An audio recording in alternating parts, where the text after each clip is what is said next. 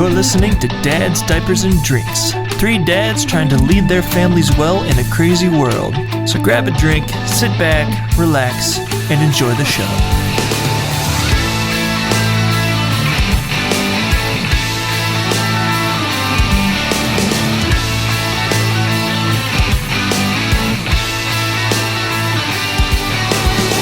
Hey everybody, welcome back to Dads, Diapers, and Drinks. I'm your host, Scott. And I'm Nathan. And I'm Jeff. Oh, and I'm Nate. Perfect. Yeah, he's new. We did not plan Don't judge him. I don't know if you introduced me or not. You introduced me last time. We could have. Yeah. But we decided not to this time. Yeah, wanted to make it feel like you belong. I'm a returning guest. Yay. Yes. You've been our only guest and our first returning guest. So, True story. yeah. Well, the wives, but I guess technically Are they guests? Yeah, they're guests. Resident technically. guests. Yeah. I'm the only returning guest. Yes. Yes. Second timer. Yeah. So it's been quite a weekend for me. I was in Florida. I flew down Thursday night. Nice. And I was in Fort Lauderdale, Florida, which I didn't realize until we decided to fly down there. What was with the thumbs down? I don't like Fort Lauderdale. I did not. I'll speak on this more later once Scott gets his story done because his is more epic than mine. Mm-hmm. But just on the note of not liking Fort Lauderdale, we went to the downtown beach area when we were there, and we were there for a couple hours, and Ellen and I just said, okay, this sucks. What? Back to the hotel. Like, I don't even want to be here. Oh, my So- word. It was very crowded. It was Yep. super hot, like dead of summer here. It was already that hot in Fort Lauderdale, Florida. Yeah. So Swamp. South. it was, Swamp. it is way down there. Like if I didn't realize that until we went, but if you follow like the latitude line of where Fort Lauderdale is, you're like halfway through Mexico. Like that's how far south, Yeah. like the tip of Florida gets. I didn't even realize that. But yeah, it's way down there. So we were there. Jeff was there Monday through Thursday, and then I was there Thursday through Sunday. Our dad was there the whole time, so he had Jeff, Ellen, and Andy there for 4 days. Then he had just me there for a longer weekend. So we were just playing a lot of golf. That was my entire agenda, Yeah. which was a lot of fun, and I very much enjoyed it. Very jealous. Yeah, but I got very sunburned, which was Ooh. that sucked. Yeah, me and Ellen both got burned too. Ellen basically was just at the hotel and she was just sunbathing at the pool. Yeah. That was her vacation. You look It was just like- 4 days of. You're already pasty white again. Dude, I don't know what happened. I was literally fried. My chest was burned.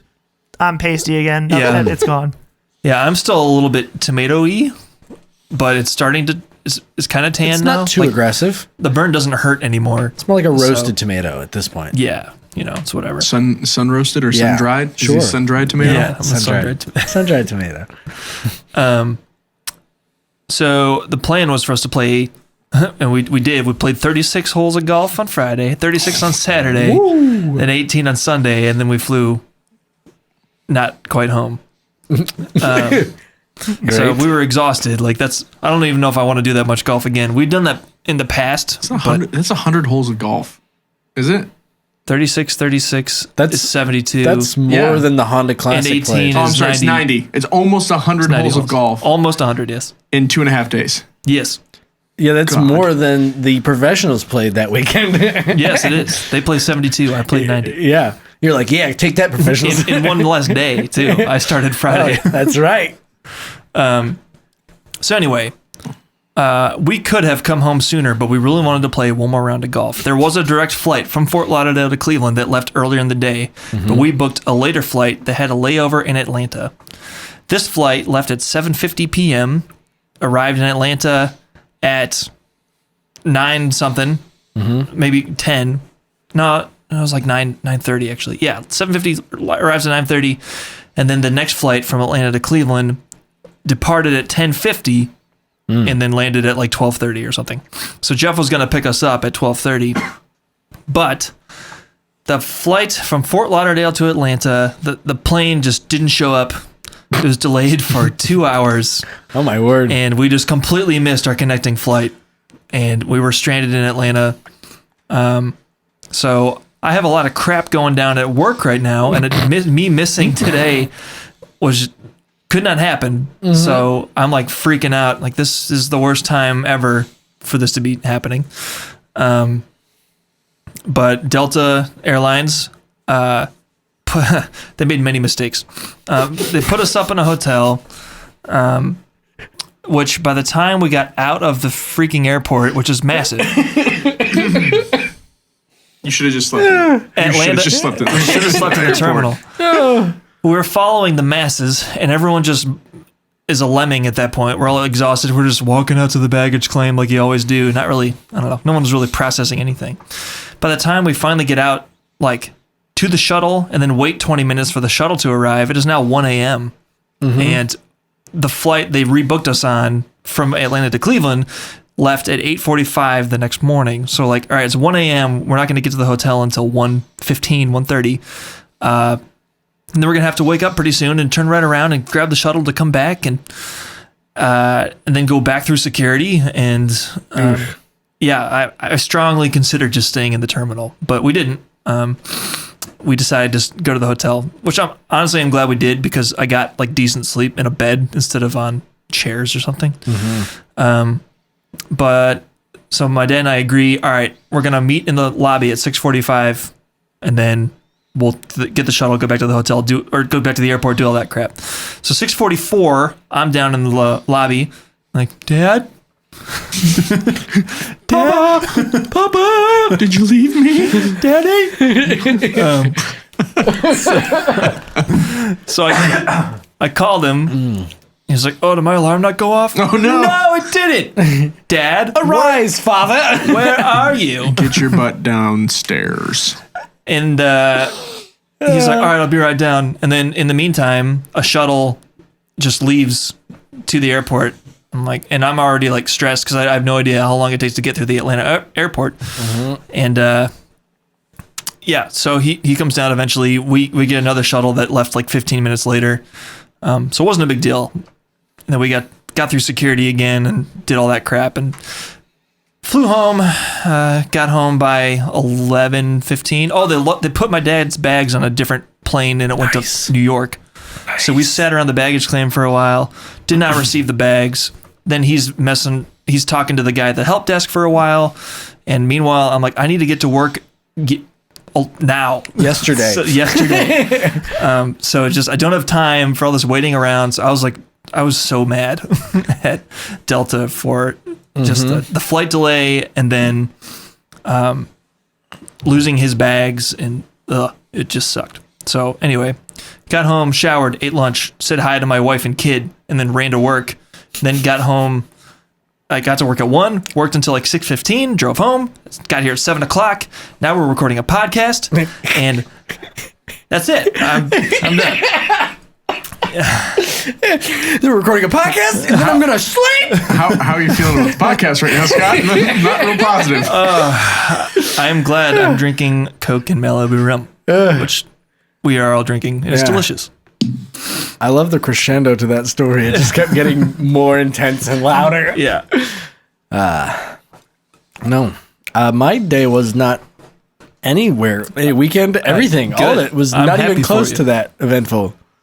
I went on a run today. That's my whole victory list right there. Good for you, man. Warm enough to be on the streets, and I almost died. I mean, Nice. not literally, but like my lungs revolted, and now I'm coughing like a maniac. So Cool. I'm not sick. I did good things today. I wouldn't care if you were, honestly. Yeah. Sometimes running in that cold air makes everything makes your chest hurt and Oh, yeah. stuff. Yeah. But it is good for you, I think, in the end. It It is. doesn't feel like it is, but like it's definitely strengthening something. Resilience. You're getting a little bit If I of heard this resolve. much, something must be good. Some calluses in your lungs. It's great. Yeah, mental fortitude. That's what I'm getting. Hey, Jeff, what are you drinking? I am drinking my usual. I've got just a little bit left of my Glenmorangie 14. Ooh, just a smidge. So this is probably, I don't know, I might finish it tonight. Depends how this conversation goes. Depends if it's a 2-scotch kind of night or not. Yeah.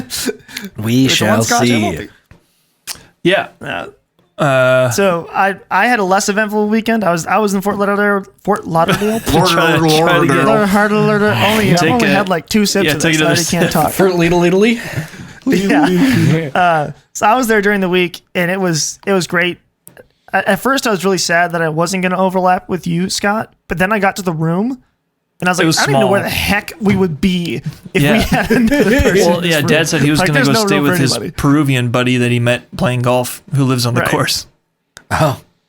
But luckily, Anyway. that didn't have to happen. But continue with your story. So it worked out. That was really good. We had it was great for us. It was awesome just getting away. We only had one kid with us.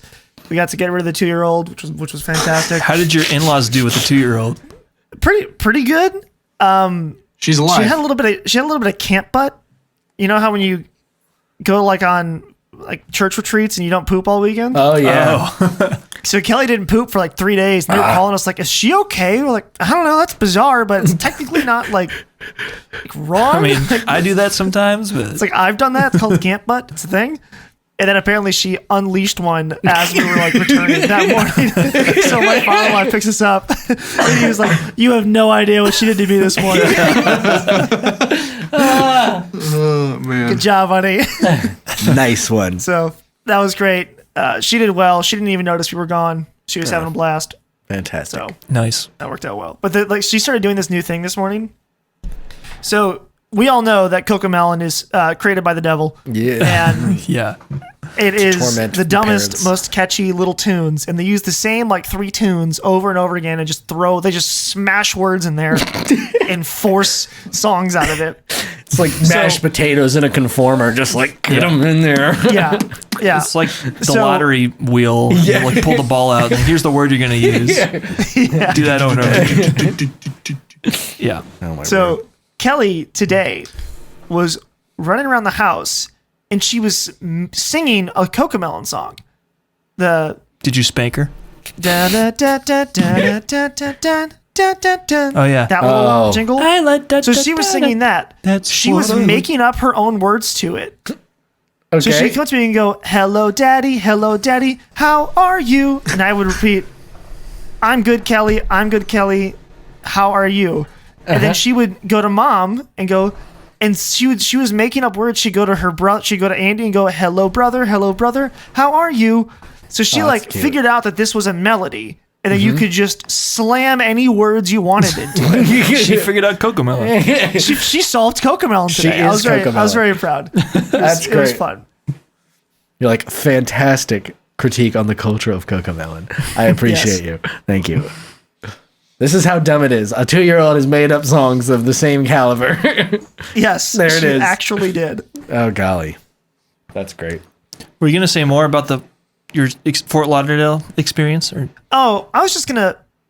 So where we were was in a kind of on the farthest point of Fort Lauderdale. Because if you when you fly into it, you get to see the whole city. It is like swamp, ocean, and city. So Yeah, there's a an lot of ocean, Florida's there's a like that. city. I was going to say, that's and there's Florida. swamp. I think we Yeah. just described Florida. the Everglades are in the Yeah, middle, yes. and then all the people are on the edge. Swamp, Yeah. city, ocean.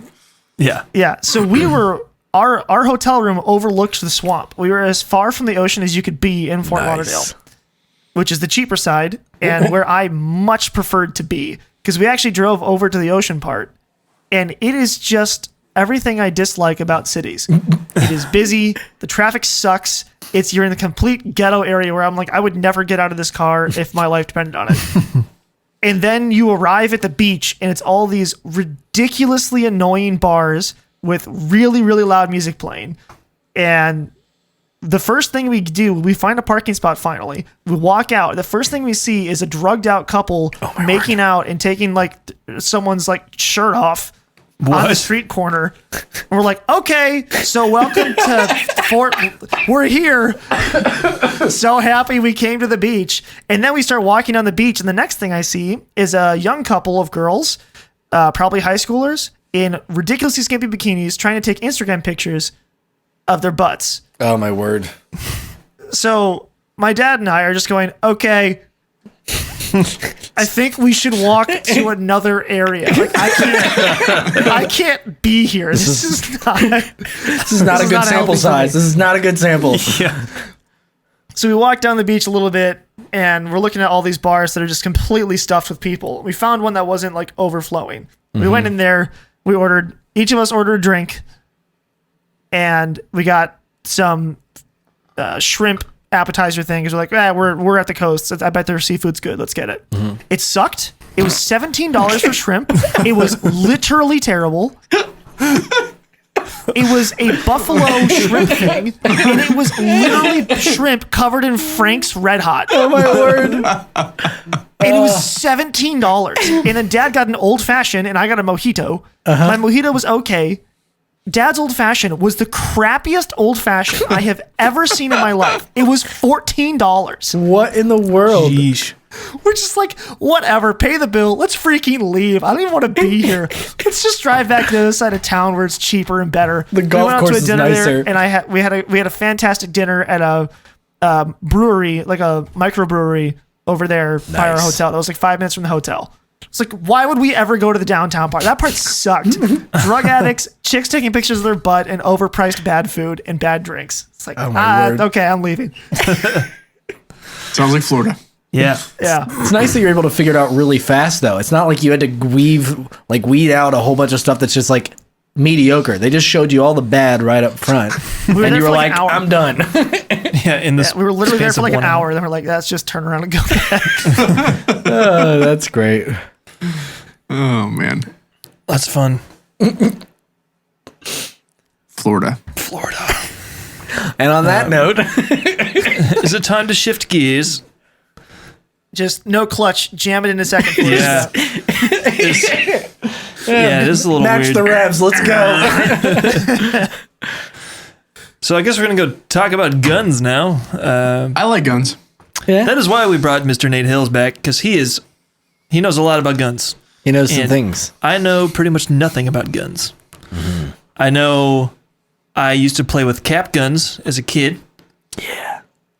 Jeff and I would go to the playground in our neighborhood and pretend to shoot each other, like dodging, Can you like, imagine that in 2022? weaving in and out of all the like stuff at the playground and hiding under cover and all that stuff. Oh yeah. And other parents at the playground would get upset at our parents for allowing us to play with cap guns.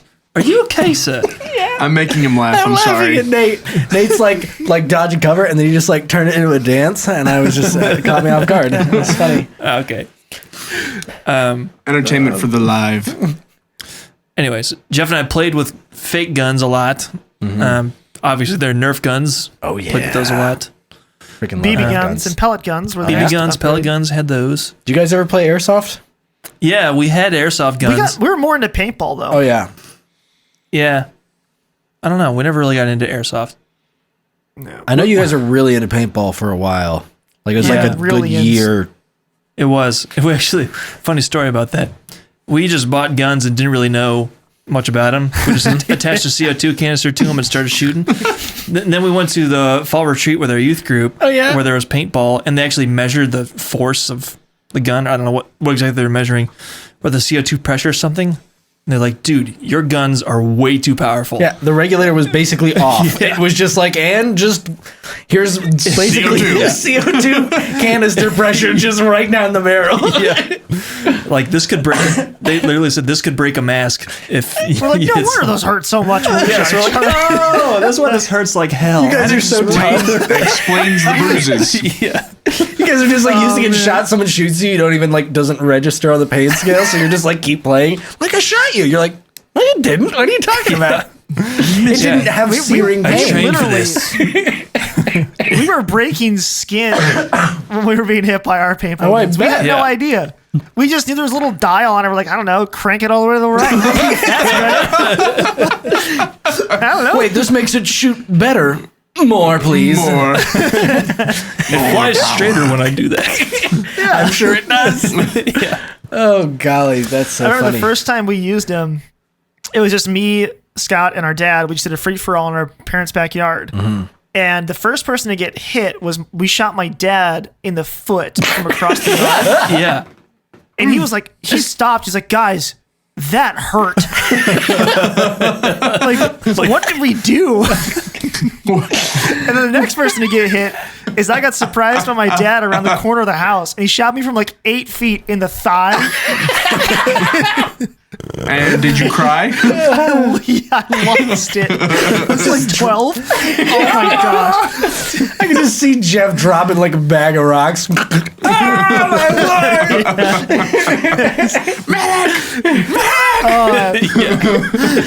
Oh, that's Gosh, so I funny. haven't thought about those days in a while. Yeah. Sheesh. So that's Scott's experience is shooting. Oh, then we at his also, brother. our dad had a pellet gun, which we used to shoot yeah. targets in our backyard with the pellet gun a lot. Yep. Not a lot, but like we did it a number of times. I remember doing that and enjoying it, trying to hit cans and stuff from across the backyard. Yep. And then I think at That was summer about camp, it. I shot a 22, and then that was about all I shot until earlier this fall when we had a company outing at a shooting range, and I got to shoot more 22 calibers rifles. There was about one it. time we thought we were going to die in Arizona. Oh. Oh, that's right. We went on a So Jeep, one of those desert Jeep tours in Phoenix. Yeah? It was just you in a Jeep with the tour guide. We're out in Nice. the middle of nowhere, no other humans around. And he was like, "Hey, you guys want to shoot my pistol?" Okay. No, it wasn't even that. It wasn't even that. He said, "All right, guys, I'm going to take a little detour." So there's I something didn't special I like to remember do with guests that it's not really part of the tour, but I like to do it. And then he pulls out his gun. What a man. You're like, is this part of the tour? Like, Are you going to end us? literally, in my head, I was like, "Are we being mugged?" It was like the only thought I had. It was like, Oh, my huh? word. And then he's like, I have a little shooting range over here. If you guys want, I'll take a shot. If you hit a can, I'll buy you a pop or something when we get back to the launching point. It sounds awesome. So, like a great deal. Okay. All right. But I had a moment there as a kid being like, I remember Dad what is happening? didn't like that. He like started to separate himself. Like he was like ready to tackle the guy or something if something went wrong. So yeah, he was on guard there. But So we shot a couple targets with a 357 that sounds fun. Oh, yeah. out in the desert, which is pretty cool.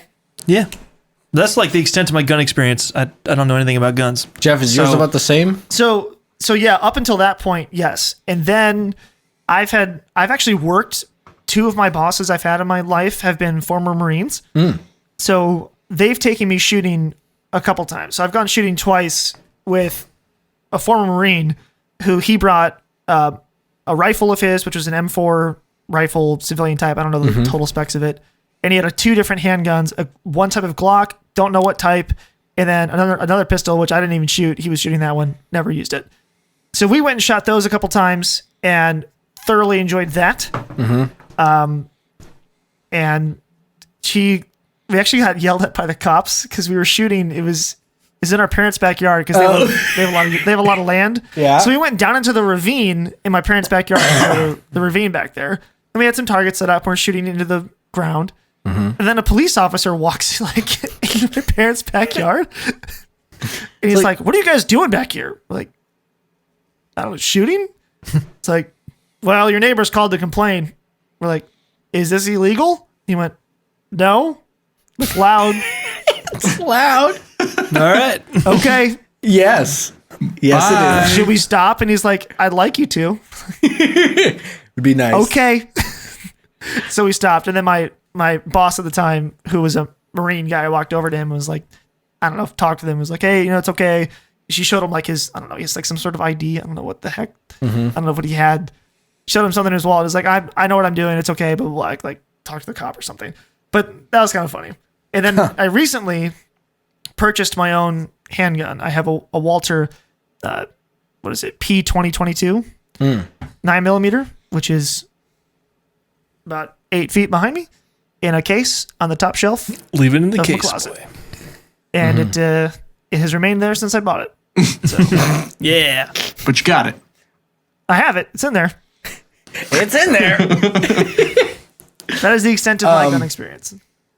So I have a little bit more experience with just general shooting sports all around. Like I started in archery when I was really young.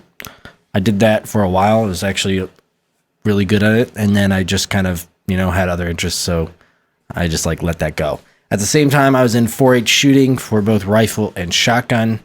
So we would go skeet shooting and 22 rifle practice. Boy Scouts, also had my rifle and shotgun merit badge there. Also did archery there. It's just generally part of my life. I did airsoft. I didn't really play paintball very much. I mean, obviously Nerf guns when I was a really kid, but like, Yeah. And then after that, I did some shooting when I was in college with relative. I mean, it was in Virginia. Everyone had guns, and they were like, "You want to go shooting?" And we're like, "Yeah, okay, let's go." So I got to shoot some fun stuff. I got to shoot a 45 long Henry lever action. That thing freaking kicks so hard, like almost as much as a 12 gauge does, which is shocking. Shot a few ARs, shot some handguns. Other than that, I've gone to the range with my father-in-law a few times. But I don't personally own any guns at the moment. Like I didn't buy one. So thinking about it. I mean, considering it, but I just feel like maybe it's just like a really big thing. That's like the first gun that you purchase is like a big deal. And then after that, I'm just like, I already got one. But Yeah. Nate, how many guns do you have? yeah, Mr. Nate, Hills? what is your experience? What's your gun experience? Well, I have been shooting guns for 25 years. I've been hunting for 17. I've been running ranges for both military and training purposes for over 10. And I've been carrying a gun reasonably daily for 10 10 years. And Extensive. I own a few. We're couple. gonna go with a few as the number. a solid If number. I'm being completely honest, I'd actually have to count, and I don't know the number off the top of my head. Fair enough. Nice. It's not like it's a lot for some people. It's not a lot for some of my friends. I'm in Yeah. between one or two and a lot. Yes. So, but yeah, so I've been shooting for a long time. I started simple. My dad's always been a hunter. My dad was in the military. And the first time I shot would have been around 5 years old, off a bench with my dad, 22s and stuff like that. And it's just escalated from there, really. I'm also military. And I've been shooting with the Army and running ranges with the Army since I was shooting with the Army since 2010, but I've been running ranges since about 2012, give or take, and running ranges for them. So yeah, I've got a little bit of experience. I also work for a firearms accessories manufacturing company. So, guns are around Yeah. all the time. Oh, Oh, error. I'm still here. I caught it. you didn't really catch it. It did hit the ground. 100% hit the Not even ground. close to catching it. Cut it on the I bounce. slowed it down. Yeah, so I have a little bit of experience. Nice. So, for someone like me who has very little experience, I found myself when I went to the range at the company outing, very anxious the whole time. I was uncomfortable, honestly, being around the guns and like holding mine and just like I don't know, wielding it. Like I just felt like it was going to go off at any second. I felt like I was going to do something wrong, and I was just kind of I don't know. I was uneasy the whole time, and I think that largely came from my lack of understanding of how they work mechanically. Sure. And I think that's a pretty common thread in America as well. There's a lot of talk out there about how guns are too easily accessible, and part of me wonders how much of that is due to just bad education about guns in general. So Nate, what would you say to calm me down about wielding a weapon? Sure. So I actually just this, it would have been later fall, middle summer, later fall, something like that. Had a bunch of people over to my house. I have enough property that I can shoot, and I don't get the cops called on me as opposed to Jeff's We parents. need to hang out. That's all I'm saying. By all means. So I do have some property, and I had a group of friends over, one of which who has some experience. He owns some guns, shoots on a regular basis or semi-regular basis. And then my wife has a little bit of experience shooting with me, but not a lot. She's by no means against guns, but she's just not super into them either. Then pretty much everybody else there was, so it was 2 other couples. So it would have been a total of 6 people. So 3 of us, one with decent amount of experience, another one was some, and then basically the rest without much. I brought them over to the house for one of the ladies' birthday party. Like it was kind of a birthday celebration for her. She'd always wanted to shoot and learn a little bit about shooting. And so I did, I don't want to say it was a class because it wasn't a class, but like one of the things I did is I set the guns out and I said, okay, guys, here's what I can tell you about these. They're tools. They're no different than any other tool that you will use, whether it's a hammer or a chainsaw or a circular saw or, name a tool. It is only as dangerous as the person is that is behind it. If you're ignorant and not understanding, right? That's me. It can be scary. Yeah. And it can be unwieldy. If you follow simple rules, like if you're using one of those tools, if someone teaches you the simple rules of using the tool, like, hey, don't put your fingers in front of the saw or underneath the saw, or don't, use the hammer on your foot, whatever you want to say, right? You follow some simple rules, it's very safe. And, I told them, you can pick up a gun, you can shake it around, it can be fully loaded. You can do a lot of things with modern handguns and modern rifles. And me and Nate were talking about this right before we started the podcast, are extraordinarily safe. They're engineered very well that unless you put your finger on the trigger, it probably won't go off. You can slap it around, you can throw it around, all of those things. And unless something gets inside of the trigger guard and pulls the trigger, with the gun being off safe, if it has a manual safety, it won't go off, right? So it's not something to be scared of. It is something to respect, just like you'd respect a chainsaw, which could cut, limbs off. Yeah. Give it a little bit of respect. Be aware of what you are using, and there's nothing to be scared of, right? You see videos on the internet all the time of folks thinking it's funny to give a beginner shooter some ridiculous caliber handgun or ridiculous caliber rifle and allowing it to blow their shoulder apart or, have it fly into the air because it's got a ridiculous kick. That is extraordinarily a terrible way to do anything. It's not funny. It's not a good joke. People can get hurt outside of the fact that they're carrying it or they're playing with something like a handgun or a rifle. It's just unsafe for everyone around them as well as them. It can actually physically hurt you outside of shooting you. It's just not good. So, but if you go with responsible people that are going to introduce you in the proper way, there's little to no danger from handling and firing a handgun or a rifle or a shotgun. Any firearm is not dangerous inherently by its existence. And I think it comes back to like what you said, Scott. It's a little bit of the ignorance, right? People that are against guns frequently have never touched, seen, fired, have any general education about them. They are not inherently more dangerous than anything else. Look at statistics of deaths in the U.S. From anything versus handguns. Handguns are so low on the list of things that kill people outside of health issues. That's the biggest thing, right? Your health issues. You take health issues away and you look at items killing people, whether maliciously or not, and handguns are so low on the list. You're going to have vehicles way up there above it, blunt objects above it. People get killed with chainsaws. I use that a lot because oh my word, chainsaws are dangerous, right? Like inherently, a chainsaw is a dangerous thing. Yeah. So there's a lot of things that are high up on the list of ability and used to kill people intentionally or not, versus a handgun, or firearms, which is usually fairly low on the list. Yeah. For some reason, not for some reason, because they have been used to kill things between hunting, in war, all of that. That's why they get elevated to the top of the importance of the list. Yeah. But not because they are actually inherently more dangerous than anything else. Yeah. I mean, no one's outlawing or trying to create bow control laws. Sure. I don't know of a single bow control law that's been cycled through. And I've seen Green recent Arrow. history. Well, I mean, but like, guy really, he failed the Hawkeye city. makes I'm those things taking you look down. like they're more deadly than anything else. right. Yeah, you seen Legolas?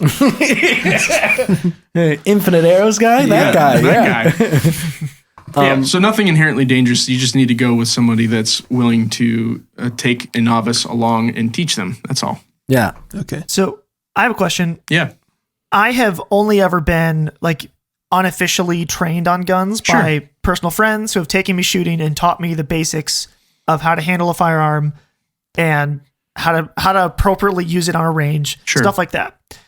Do you recommend going to get like a concealed carry license or going through any of those training programs that are offered? Is that worth doing for someone like me? So it depends on your intent. I would say that everyone should go through a basic handgun, a basic firearm course of some sort. Most of the time it'd be handgun. Most people, Jeff, actually, you're a great example of it. You went and bought a handgun. You didn't go out and buy a rifle, right? Yeah. Unless you're intending to go hunt or something like that. The average person isn't going to go to a gun store and immediately gravitate towards a rifle. They're bigger, quote unquote, scarier, that kind of stuff. Mm-hmm. We can talk about the fact that they really aren't, but most people will gravitate. Shoot the exact same thing. Yeah. Most people will gravitate towards a handgun. And I would advise that anybody that gets one spends time either with someone with experience or go and pay for a course. Now, doing the concealed carry license program, like going through a class with somebody like that, the vast majority of those in the state of Ohio, the requirements are you have 24 hours of training total. That might be a little bit more than it actually is, but it's somewhere around there. And more than half of it, two-thirds of the course will be classroom time. Only a small portion of it will be range time. And the requirements for the range are simply that you honestly expend rounds downrange in the presence of a range safety officer. You don't necessarily... you have to prove that you know what you're doing. Essentially, that you can shoot the handgun that you brought to the class, right? It doesn't require you to... They're not going to teach you anything inherently, right? Most courses aren't going to be teaching you how to shoot. They're just going to make sure that you can. Some instructors will go a little bit above and beyond, but you'd have to be discretionary in your choice. There's hundreds and hundreds of people out there, right, that run these courses. What I would more inherently advise is that you go to an instructor's pistol course, right? That will be of more benefit because they're going to teach you the basics. They're going to teach you how to use it, how to approach it, how to do those things. They may not teach you things like loading and that kind of stuff, but they'll teach you sight alignment, trigger squeeze, stance, grip, all of those things, as well as general operation of your pistol, which I think is very important. It makes you more comfortable with it. It makes you understand how it works and operates. I can talk through those things. I have some certifications. I've done this for a long time, but I am not a professional, to be fair. I'm not a professional instructor. I don't do this for a living. I've been to a decent number of courses. I've been through a bunch of stuff with the Army. I train folks to shoot in the Army. I run their ranges. I actually do that for our safety team at our church. I also run those ranges and instruct there, but I don't get paid. So take that all for what it is. Like I said, I have some certifications, but I'm not a paid professional. But I would advise anybody that is interested in getting a handgun, and if they have purchased one, to spend the money for a weekend to do one course at least. What you might find is you really enjoy it, and maybe that opens up the world of shooting to you, right? Which may not be just, and I think people dumb it down to just being like, oh, I'm going to concealed carry to defend myself, or I'm going to be a competition shooter, or I'm going to hunt. I will say, while I do concealed carry, I don't do competition shooting. I do it for fun with friends. I train on how to do it. I'm by no means the best out there, but I'm not half bad, right? And it's a decent skill set to have, I think. Yeah. Going back to what we were talking about a little bit earlier. Sure. About just like general ignorance of the public. I find it really interesting that there's an inverse proportion to the knowledge and frequency in which people encountered guns in the past and how much gun violence there was.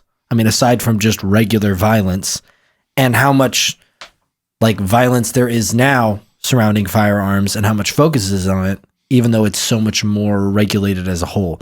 Like there's so many more rules, where back in the West, you just had some dude who sold guns and then you just bought a rifle and your dad probably had one and it was just normal to an extent. And so there was an inherent respect and safety surrounding those things that was baked into your life essentially. Yep. And now it's something that you essentially have to go and seek out. It's not like common knowledge. Nope. I felt like it used to be. So, I mean, when our parents would have been growing up, it wasn't infrequent for schools to have shooting clubs. Yeah, that's right? crazy. Like they'd be shooting. I actually know there have been schools that had ranges like built into their schools. Oh, that's cool. Like 22 is nothing. You're not doing anything crazy. Yeah. But they did it as a Like class. the church camp that Scott and I went to had, you could take shooting courses. We church were in camp that fourth. we went to. I was in fourth grade, I think, when they let us shoot rifles. That's Yeah. cool. Yeah. So, I mean, that was not infrequent back then. It wasn't infrequent. I mean, if you look far enough back, I'd have to actually go back and see when things started to change. But in the early 1900s through at least past World War II, you could order guns from a catalog. Like you could, I mean, for if there's younger viewers, a catalog is a thing you open up and you'd have to like mail something to somebody to say, I would like to purchase this item. Here's my money. And you'd get it like 6 weeks later. But you could actually order stuff off a catalog. People talk about how easy it is to get guns now. It's not that simple, right? You have to go to a licensed dealer. You have to, they're the only ones that can actually purchase the firearm from or receive the firearm from a manufacturer into their shop. You have to go in and do a bunch of paperwork. Even in Ohio, which is a Constitutional carry? yeah. Well, no, we're not constitutional carry yet. But what I was going to say is a Be quiet. Sorry. Just kidding. is a reason. It's a I'm going to say 2A friendly state, meaning there's not a lot of anti-gun legislation here. There's not a lot of outside of federal requirements. Isn't a lot of additional state requirements around handgun or around firearms in general. But you still have to go through the federal requirements. Which, if you buy a rifle, you fill out this. Well, buy a rifle or a handgun, you fill out this long book that's asking you all sorts of questions. For a rifle, it gets logged away. For a handgun, they actually go through a background check for you. If you have any issues come up, you may have to wait until it gets cleared.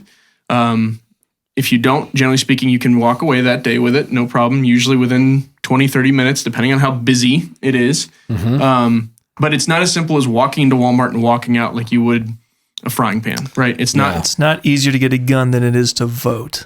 No. It's a lot harder to get a Pretty gun. hard. Yeah. So, I mean, that's the thing, right? It's not as just simple as walking into a store and picking it up and walking out. You can't order it directly off the internet. If you do order it off the internet, which you can order guns. I was actually looking into that. Yeah. Like, so if you wanted to order something off the internet, you can. You can go to the internet and say, I would like to purchase this pistol. The next step in it, though, is you then have to provide them with what is called your FFL receiver, which is your Federal Firearms License Receiver, which is a gun store or a gun manufacturer, or in the case, so my company, we have our FFL so we can receive firearms and process them into us. Primarily, it's used for folks or companies that are like, hey, we want to send you some promotional guns to use in some of your content, that kind of thing. That's why we have it. That's why it's beneficial for us. We can process outside paperwork. So if one of you guys wanted to get something in theory, we could process, but we have to go through the same process as a gun store to do it. Most places will charge you something, $20 to $50, depending on the store. But you can order something off the internet, but it has to go to that federal firearms licensee. They then process the paperwork for you to pick it up. So if in the process you purchase it, you go there and they say, oh yeah, your background check didn't clear. Guess what? You can't have the thing you bought. Even though you bought it, right? So it's not as simple as ordering anything on the internet, right? It's not that easy. It's not incredibly difficult. It's a constitutional right. It's not inherently difficult. Hint, hint. But it is not just simply walking into a store and picking it up. yeah. Yeah, I was wondering, given current real world happenings, with Russia invading Ukraine, looks like you have some opinions, Nate. Do I have some opinions? I said this to Ellen right before I walked into my office for this. I said, I'm really happy we delayed this episode by like a week or something. Yeah. Or 2 weeks. Yeah. Because if we hadn't, Ukraine wouldn't have been invaded and the government of Ukraine wouldn't have like issued rifles to every single adult male in their entire Yes. country. Oh, Because they're like, hi, none of you have guns because we don't have a Second Amendment. So we're Right. giving all of you guns and we're sending you YouTube videos on how to load a magazine Here's a quick properly. rundown. Yeah, so Yeah. let's talk about that for a second, Dude, shall watching we? fresh people load a gun for the first time is like, You should have seen me back in October. it's so scary sometimes. Well, and so just so our viewers are aware, it is Monday, February 28th. Russia invaded the Ukraine on Thursday night into Friday morning of last week, which would have been the 24th, 25th. And in the process of that, in preparation and in current right now, what's happening, the Ukrainian government has come out and allowed their citizens to carry firearms in defense of their country. They are literally handing them out. The government is literally saying, if you need this, come here. We will give them to you. We will at least give you a general rundown of how they work so that you can defend yourselves. So, had they had a Second Amendment, in theory, right, if people were allowed to have firearms in their country, which I will say I'm rather ignorant as to exactly what the laws are in the Ukraine. I would assume it's like most of the Eastern world where it's generally frowned upon. Generally speaking, most people don't have them. If you do, it's some ancient hunting gun that you use once a year to go hunting with family or something along those lines. But generally speaking, in the East, Europe, Eastern, or I guess Western Asia, those kind of stuff, it's not generally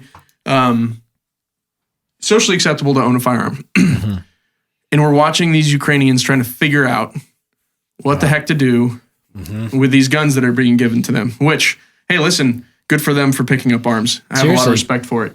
Yeah. But if you go back even in history for the United States, there's a reason Japan decided they didn't want to invade the United States during World War II. They actually said, if we invade the United States, there is a gun behind every blade of grass, right? That is their metaphor. There literally are more guns than people here. Is that true? I thought that was true. No, I heard I'm that. trying to think. I'm pretty sure There's 120 guns for every 100 people. Yeah. I wasn't going to argue with that. So I the actually just math- don't remember what the number was. I just looked it up today, Yeah. so that's there why you go. I know it. Nice. So, I mean, in theory, we wouldn't have as much of that issue because there's so many people that own them, right? If someone were to invade the U.S. in this scenario, although I'm not too concerned about the Canadians coming south, and Yeah, they can. Mexico is already invaded from the south. That's how they get you. But anyways, I mean, it wouldn't be as much of an issue here because we could stand up and do that, right? So when people talk about the Second Amendment, I mean, I wholeheartedly agree that it is the right to bear arms I should be able to own and use, right? But there's more than just, because most of the gun advocates you'll hear will be like, well, it's to make sure that we don't have a restrictive government. It's to be that line to keep our government from controlling us. There's a certain aspect of that, but there's also, look at Ukraine and Russia. If they had that, it would be much less likely, in theory, that Russia would want to invade if all of them had guns, right? Yeah. I mean, but that's also just the basis of guns in general. It's the reason that there's almost no gun violence in Texas because everybody has a gun. Who's going to go after someone if you know they have a gun? There's if I'm a going to go into 75% chance this guy has a gun. Yeah, it's like if I'm going to go in Scott's house and I assume that he has a gun because we live in Texas, probably not a good idea. I don't want to get shot. Yeah. There was someone shot up a church not too long ago, a couple years ago maybe, Yeah. in Texas. I forget, but And he got run down by an NRA gun trainer guy. Well, there was like, go ahead.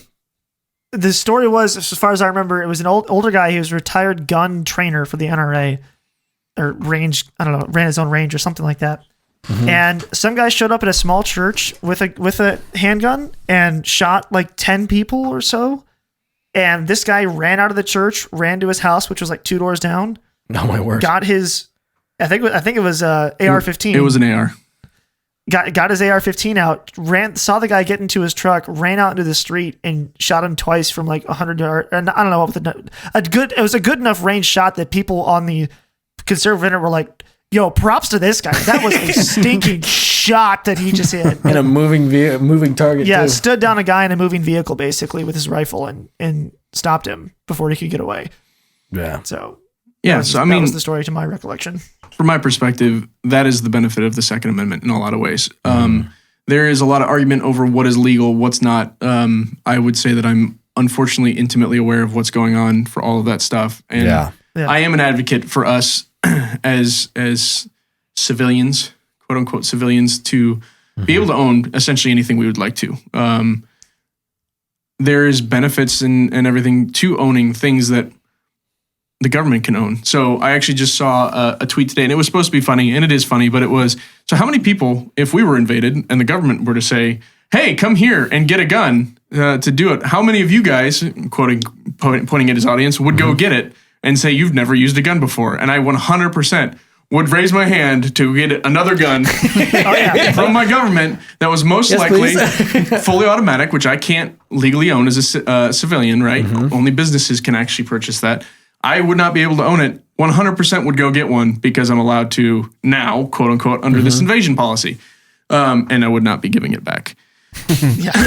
But it's for those very reasons, right? There isn't anything inherently dangerous about having them. I have plenty. I have kids. Mine are locked up. I do have a safe. I actually have multiple just because of where I have things in the house. And I want to make sure that my kids aren't going to be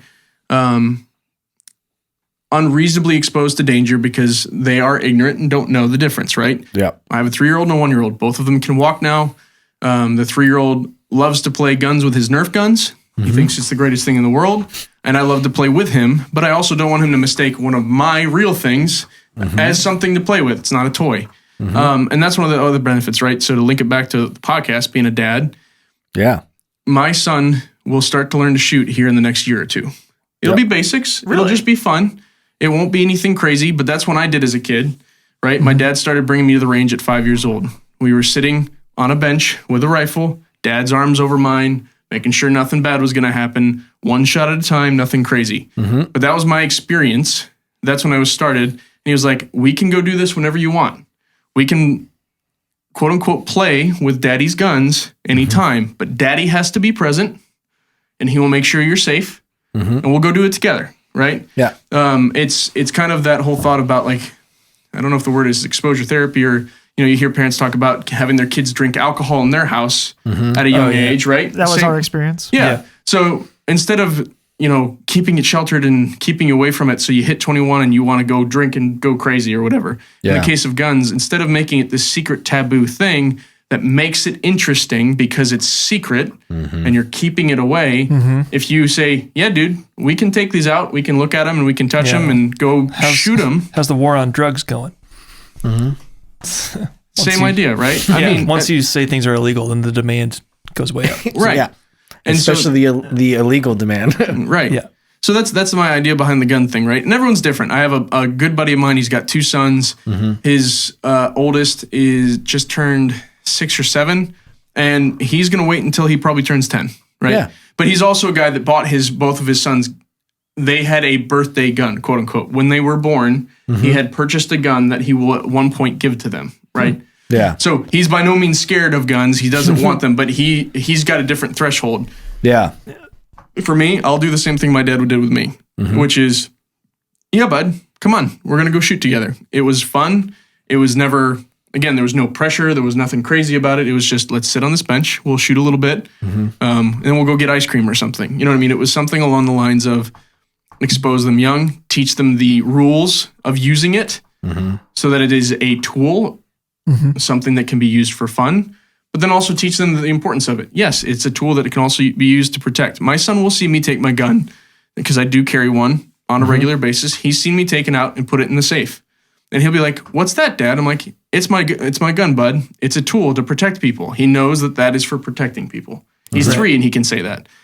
So again, I'm an advocate of teach them young. Now, if he doesn't ever want to shoot a gun, if he doesn't ever want to go hunting, cool.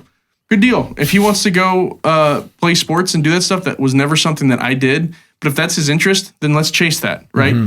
My interest happens to be firearms. That's something I enjoy to do. If he doesn't want to do it, it's cool. But he's still going to understand how to use them. He's going to understand the rules around them. Yeah, he'll be educated. Yeah. And then he never has to touch it again if he doesn't want to. Right. I really do love your chainsaw analogy with this topic in particular, because I remember the first time we used a chainsaw in the backyard, and I remember seeing Scott do it and me being the younger brother being like, that's terrifying. I am genuinely terrified right now that my brother, who's like, I don't know, maybe you were 10 or I don't know, 12 at the time. I don't remember how old you were. The first time you use a chainsaw and just this, it grabs and it pulls, and Dad's like, now make sure when you pull the trigger, you don't get loose with it. Otherwise it'll grip and it'll rip it out of your hands. You can't let that happen. And me being like, that is the most terrifying thing I've ever, it can get ripped out of your hands. I'm scared. I remember being like freaked out, but it's just as dangerous as any other powerful tool. Or the first time you use a table saw and being like, this is, you're ooh, this is freaky. But it's more scary because you don't know what you're doing than anything else. Yeah. And if you're like us, where you grew up and you do stuff like this, our dad's building stuff with saws and we're chopping things in half with axes. We're splitting wood with axes as kids. It's like, I don't know, there's probably parents who freaked out about you're going to cut your foot off when you're chopping logs. And it's like, I don't know. It's just what we did. And we never made any big deal out of it. Our dad showed us how to do it properly and we didn't question. Yeah. And I never had, other than like the initial childhood fear of like, that's a scary, loud thing that's cutting trees down that my brother's holding. That's weird to me.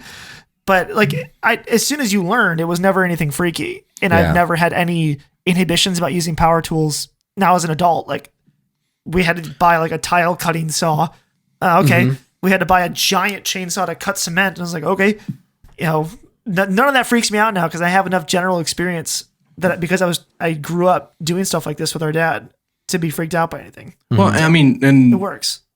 To run with that even more. So my dad still reminds me when we go out and work outside with a chainsaw or whatever, he still be like, hey man, remember, be careful. I've been cutting trees up with my dad for close to 20 years. And we still remind each other like, hey man, watch out. That one's going to be a gnarly one. There's some, knots there. We literally still remind each other 20 years of doing it. Right. We don't want to get complacent. And that's to think you've done it so often, it's second nature, and then just get careless. Right. And it's the same thing, right, with firearms. I still remind myself of all the rules. I still check everything. As soon as you become complacent with any tool, it can become dangerous. You become complacent with a chainsaw. That's when it slips, it comes back, you cut your finger. God forbid you cut anything further than that, right? Because I've cut myself with a chainsaw before. Not anything, I haven't lost a limb, but I've cut myself with a chainsaw before because I made a mistake. Yeah. Because I was not being smart about it.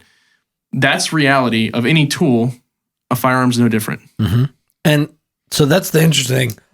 And I talked about this a little bit. Is that I started like my first experience with any sort of shooting was archery. Like that was where I started. I was like 10 years old, and I was always just kind of interested in it. I had a little bow when I was growing up, and so my parents were like, "Oh, he's interested in this, so let's put him in, 4-H shooting," and that was like a thing.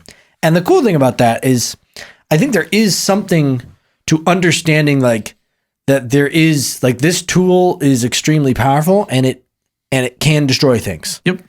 And a lot of the similar things that are on gun ranges have similar structures in archery. Granted, it's not loud. There's not a bunch of banging going on, but you can see that this thing is going to fly down. And when it hits that target and you go and you pull that arrow out and it's like, oh crap. Like, wow, like this could literally do something bad. Like your brain makes those connections even at a very young age.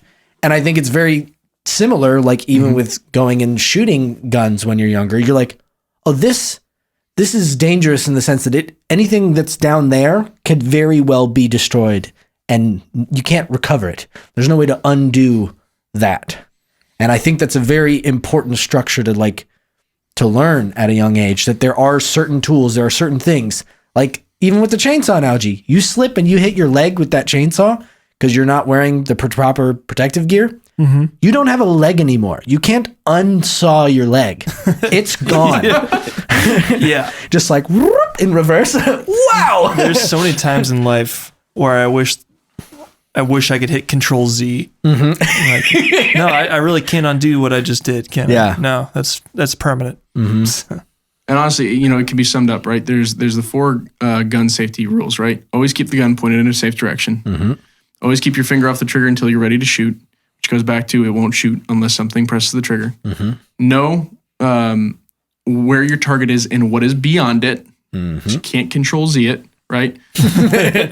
And only point your gun at things that you're willing to destroy. Yes. Right? That's the one. Whether it's a target, whether it's a clay pigeon for, skeet shooting, that kind of stuff, whatever it is, don't point a gun at it unless you're willing to destroy it. Right? You follow those 4 rules, you're really not going to go terribly wrong. Healthy respect, right? Honestly, the biggest one for me is treat every gun as if it's loaded. One of the basic things they'll teach you when you start learning about guns in the Army. I had plenty of experience prior to this, but this is one of the things they always said is if somebody hands you a gun, check to see if it's loaded, right? Yeah. The first thing you do is you check to see if it's loaded. Now, in the case of folks like Scott, you don't have a lot of experience. Correct. Right? You may not know how. You say, hey, can you show me that it's unloaded? Right? You ask the question. No one's going to get angry about it. No one's going to, be like, oh, well, he doesn't know how to check this gun if it's loaded or not. What a loser. No one's going to say that. It's just you being safe. You know, hey, I probably should know whether this is loaded or not. And if they don't tell you when they hand it to you, you should slap them too, by the way. But it's as simple as asking. If you follow the rules, you are going to be safe. It's not a bomb. It's not just ticking, about ready to go off. Some of my favorite memes are when people take a picture of their gun sitting in a chair, like by the front door, like, I left my gun in this chair all day and it didn't shoot anybody outside. Oh, yeah. I love those because, again, inherently, a chainsaw that's not being used, a gun that's not being used, a hammer that's not, if it's sitting there not doing anything, it's not inherently dangerous. Nothing about it makes it any more dangerous. This was one of the things that I had to say with my wife when I was buying this handgun. She was like, honestly, I'm a little bit uncomfortable because it's just kind of scary to me. And I've taken her shooting. She's gone shooting with me. So she doesn't have zero experience. She has basics, gone shooting once. And I had to kind of make the argument to her of, look, the reason why I want this is, even though I know there is a very low chance that I'm ever in a serious life-threatening situation in which this is what my gun would be needed. Yeah. It's like, I would be damned if I didn't have it and I needed it. Well, like the idea that bad people are allowed to have these and I'm not, or like someone else could have a weapon that's stronger than mine, or someone is trying to do me harm or something, and all I have is like my knife out of the kitchen and they have a shotgun. It's like, that's just not fair. And I'm not, like, I refuse to be on the weaker footing for some moral stance. It's like, that's the part of the Second Amendment that kind of hit home for me when I had kids. It's like, I will be more well prepared to defend my family than you are to attack me. I will be, because I love my kids too much. I'm not giving you the upper hand ever. Even if there's like a 0.0001% chance I ever need to. It's like, you're not going to get there's no reason I would, give someone else an advantage over me in a fight. There's no point. I mean, it's the same idea as having, not necessarily the percentage, because everyone probably will have it at some point, but it's the same idea as having a spare tire and tools in your vehicle to change that spare tire.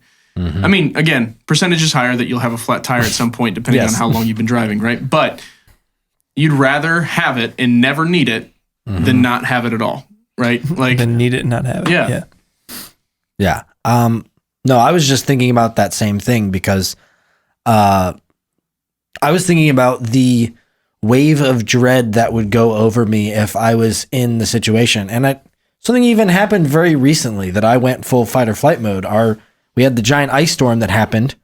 Our telephone pole that's right out front of our house, that is the drop, our electrical drop that goes to the house, went and fell at like a 45-degree angle.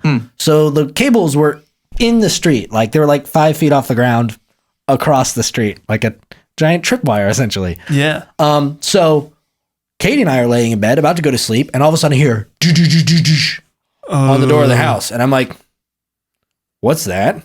Like, why is there a noise? And then I hear it again, and I'm just thinking, I'm like, what the frick is this? Like, I have no idea what this is. And I have to go and open the door. And I was like, I don't know. Like, I genuinely have no idea who it could be or what is going on. It probably is nothing. But like those were like the thoughts I had after the fact. I was like, I couldn't imagine being in a situation where I like heard someone in the house and I'm just supposed to be like, I'm gonna go hit him with a baseball bat. Like, that's all I got. I don't even know where I find the baseball bat. He doesn't have a gun, I have my bow and arrow, but it's hanging up in the house, and that's not good for clearing rooms. It's great for range. I know. Okay, hold just still. Like going around the corners. I can get one shot off. That's it. But like those kinds of things is like, I couldn't imagine when I am called to be the protector of my family to be basically like, sorry guys, I wasn't prepared. I just never thought this was going to happen. Is that acceptable? An excuse? The whole Russia-Ukraine thing has been a big kind of boon to me of like, we've lived in such a peaceful time for so long. I say peaceful, like we haven't had fighting in the Middle East for the past my entire lifetime, but it hasn't been here. It's never been in one of the first world countries where you go, oh my gosh, England has been attacked. Like that hasn't happened since the 40s. Mm-hmm. And then you see this and it's like, yeah, so it's entirely possible that some political leader is just crazy and invades a country. It's like, that's a thing that can happen. It's happened all throughout history, and we just think, well, it hasn't happened for 60 years. It won't happen again. It's like, it might. Like, it's not high, but like, it might happen. It's like, that's why it's there, because this crap might freaking happen. Well, I mean, so I'm not going to take a, chill pill. It's like, no, you don't come after Second Amendment rights. Like, you don't get to. I've become much more strong about this recently. Of like, if I ever hear it now, I'm like, nah. I do just I will not accept the argument. It's so dumb. The people in Ukraine were like, oh, we don't need guns. Then they got invaded by Russia. Like, I'm not doing this conversation anymore. Well, I mean, it's officially over. I mean, take it back to a little bit more recent history. 2020, summer of 2020. Right. All of the riots, all of the cities burning, right? Now, there's plenty of situations in that we don't necessarily need to get into the nitty gritty of it. There were people shot. There were issues with that. Some pretty big national cases. Don't really necessarily want to talk about that. But the whole point being, if you were in that city, you were living in that town, and people are marching up and down. Our childhood home was in Brooklyn Park, Minnesota. Sure. Which is one of the places that got, like, it was right in the middle of this in Minnesota. Yeah. So, I mean, imagine being there in your house, watching people turning over cars and burning stuff to the ground, concerned that they might walk into your house. I mean, honestly, that would be terrifying if you didn't have something. You have a baseball bat. Well, what's a baseball bat against a crowd of people? It's nothing, right? No, it's useless. And again, I'm not by any means am I advocating for running into the street and shooting all the rioters. That's not it at all. No. But a simple way of defending your family from something dangerous or being able to extricate yourself from a scenario without any harm, because people are scared of that, right? Yes. Being able to say, leave my house or you get shot. Okay, cool. I mean, you can hear of a lot of scenarios where that is the way the situation escalates, is you are threatening my life. I'm going to tell you I have a way of taking yours if you continue to threaten it, and they walk away. Again, I'm not advocating in your road rage scenario to pull out your firearm and brandish it wildly at people, or you're angry at somebody. Unfortunately, there are plenty of cases of people irresponsibly doing that, right? That is reality. People make mistakes and people are inherently evil and sinners. But that doesn't mean the tool is bad. It means the people are bad. Correct. Yeah. And I because I have some of my buddies are pretty frustrated and angry about this, and they're like, well, my neighbor is anti-gun, and if they needed help, I wouldn't give it to them. Like, I 100% don't agree. I mean, absolutely not. I will use the tool to protect the people around me. That is part of what I think is a Christian male. I have a responsibility to love on the people around me, regardless of their political or religious views. And a part of that is protecting them in that scenario. Yeah. Rushing outside to take down a riot, probably not a good idea. But protecting your family in the case that riot comes to you, yeah. Right. So there's that case in St. Louis where I think rioters were coming into this like gated community, and that couple came out and showed their weapons or something. Yep. I don't think they fired them. They did not. They just stood there holding them. I mean, they've been turned into a big meme in the 2A community. It's kind of fun, but I mean, but it's a good example. A weird story. What are you about to say? The thing I was going to say is, when I was at a New Year's party this year, I met this guy who was a friend of my brother-in-law, and he's in the Army. He's at one of the bases down there, and he was kind of telling me, because he was a cigar guy, so we're out in the backyard smoking a cigar at 1 a.m. on New Year's Day. And he was saying how he feels as a guy who's in the Army that it's his responsibility to carry. Because I asked him, I was like, do you have your gun on you right now? Because we're just talking about this stuff. He's like, yeah, of course. He said, I feel responsible to carry it because I'm trained for this. Like, I know that if anything happens, I am probably the most qualified person to deal with a difficult scenario or a life-threatening scenario in the immediate vicinity. Yeah. And I would be so guilt-ridden if something bad did happen and I know I'm trained to deal with it and I don't have my gun on me. Yeah. He's like, because I'm trained, I feel responsible for the people around me. to be ready to defend them if anything were to happen. And I was like, that's interesting. I've never really thought about it that way. But he's like, yeah, it's a responsibility that I've taken on myself for your guys' sake. And you'll never think about it, but I think about it. It's like, I'm prepared to defend you guys, even in a crazy scenario that you've never thought of. And you'll be thankful that I made that decision when that scenario happens. Yeah. Yeah. So it's not that I'm hoping it does, but if it does, I'm ready for it. And I feel responsible because I am capable of defending you, that I should. Well, also the interesting thing is like what you were talking about, Nate. It's like, yeah, these are weapons. They were designed originally, for hunting, but also for war. Like the advancement of the weapons probably existed because of war. And it's like, because of that, it's like, oh, these are just killing machines. It's like, yeah, but also like people make things that throw things really fast and hard all the time. There's pumpkin cannons. If you got hit with a pumpkin cannon, you're going to die as well. Potato cannons, yeah. Like people like to make things that do things. You make, like there's shotgun shells that literally shoot magnesium dust. It's called Dragon's Breath. It makes a giant flame. Those are it's amazing. awesome. Like there's even like utilitarian versions, flare guns. Probably imagine how many people have been saved at sea because they happen to have to have a flare gun on board because it's a requirement now. It's like, yeah, that you could probably shoot someone with a flare gun. I don't know what it would do to them, but Dude, Call of Duty, I've done it.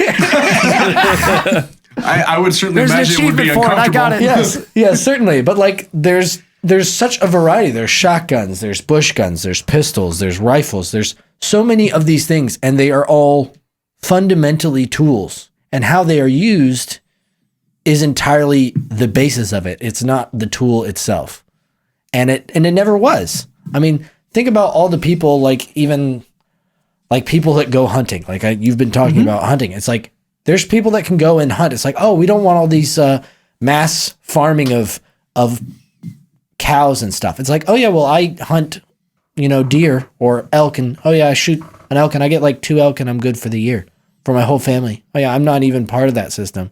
Like, oh, all you did was you shot it and you also helped the what is it called? Natural Ecosystem. cycle. That part. I knew it was there. It was eco something. Conservation. Yes. And like all of those things. And honestly, the biggest advocates of conservation and wildlife are actually sportsmen as a whole. They are the majority of people that put into that as a whole, and protecting populations, protecting wildlife, protecting forests, all those things. And it's not the person standing in front of Whole Foods asking you to sign their petition. Save the world. No. It's people actually doing it because they care about it. It's not just a bunch of mindless goons going out there and, oh, I want to kill Bambi. No. They actually care about what's going on here. They want this to continue. They want it to exist. It's not a destroying of the ecosystem. If anything, it's saving it. yeah. It's keeping it in balance. Yeah, keeping it in balance. Exactly. I didn't think about that. 2 elk, you can feed your family for a year. Joe Rogan shoots an elk. He goes hunting once a year. That's what he eats. That's amazing. And him and his family. He talks about it all the time. You gotta think they're breeding quicker than that. Oh, they certainly are. I mean, we could go down another whole Yeah, rabbit trail with that one, but I will answer the question. Elk are really, really big. I mean, That's true, yeah. And I know that sounds like I'm trying to be condescending. I'm not. They're genuinely huge creatures, and you shoot a couple of those, in theory, you've got plenty of meat for the year type thing. I mean, my dad and I, we just hunt white-tailed deer, which are not that big. No, not that big. I mean, I think the biggest one I've probably seen shot, not that I've shot, that I've seen shot was pushing the 250 pounds. So not anything massive. But those certainly can fill a freezer. Like one of those can fill your freezer.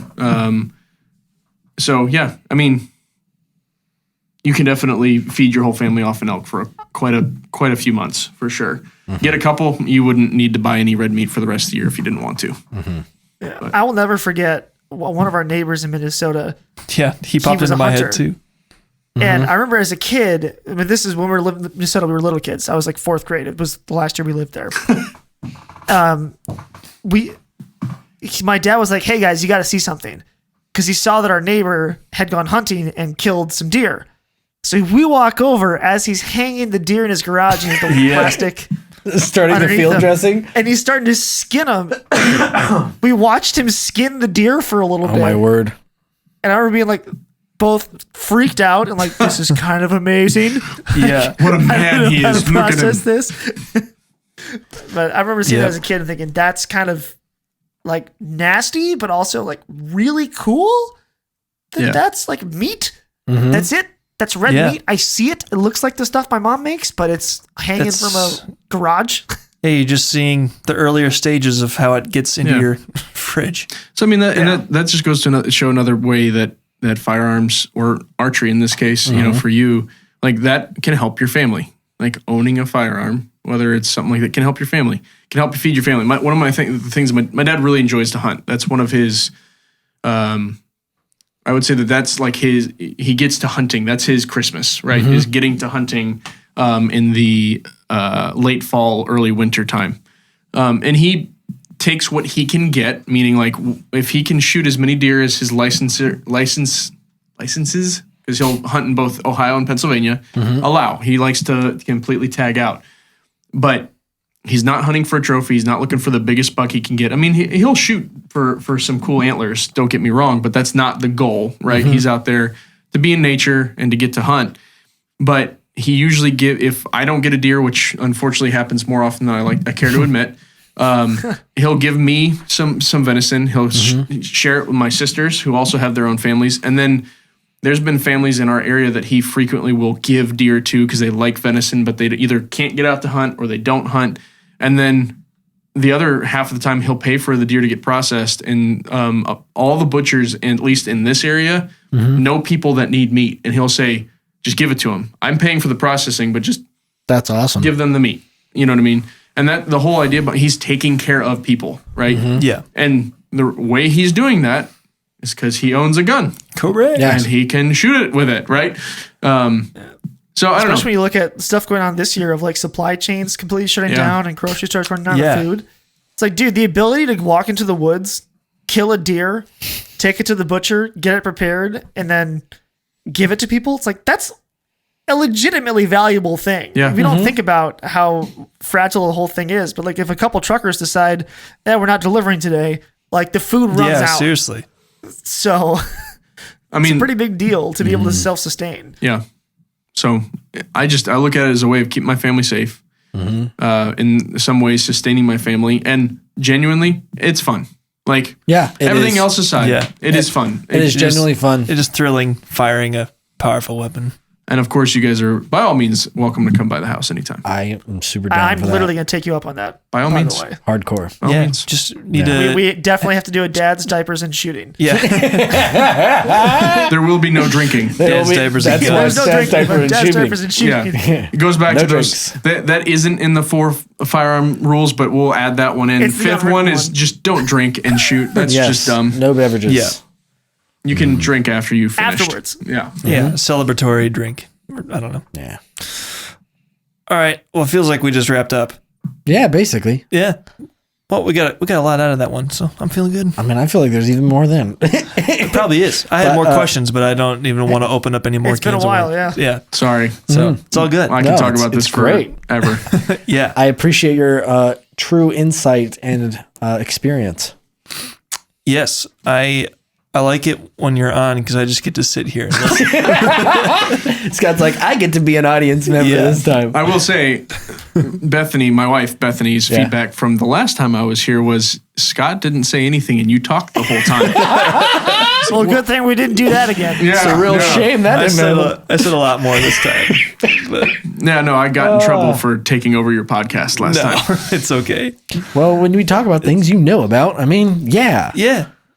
This one especially, we wanted to talk about guns and you were like the obvious choice to bring on. So I was Yeah. like, I was prepared to not say much, even though I said a lot more than last time. But All right. So thank you, Nate, for joining us. Of course. And thank Anytime. you, good people out there, for listening. I don't even know if I should even point people to the social medias anymore. I haven't touched them. Point them to it anyways. It's All fine. right. We're on Instagram. We're on Facebook. We're Yeah. on Twitter. at the very least, just share us on your page so that people know about us. Right. That would be the most helpful thing. Oh, I forgot to mention this. We're on Rumble. Yeah. That's new too. Yeah. Yeah. Where things are still free, free to say things. So you can follow us over there if you want to jump ship. We're also on YouTube still. So I mean, YouTube We're just trying to be everywhere. We're too small for YouTube to bother censoring us, but I feel like some of the stuff we say is censorable. I don't know. Who knows? You'll be all right. Well, the do real what they thing want. about that is Rumble is a much better market to grow in because it's a growing market. YouTube's stagnant. Right. Like you can make it as a YouTuber now, but Rumble is a platform that's actually growing in user base, and YouTube is not. YouTube is like plateaued. Right. So that was the reason. Yeah. So anyway, share our podcast around if you like it. I think we're very slowly growing, which is kind of cool. But like to go. I honestly just go have a been little getting faster. more compliments recently about it, and I'm getting worried. I don't know. People seem to talk nicely about it, and I don't know why. It's just- Why aren't you criticizing me right now? Please. I know it's not Yeah. that good. Tell You me must it's not bad. actually And be they're like, listening to my podcast. You're Yeah. just saying Yeah, you it. must be lying to me or something. I don't know what's happening. Yeah. All right. Well, that's all we got for this week. We'll talk at you next week. Bye. Cheers.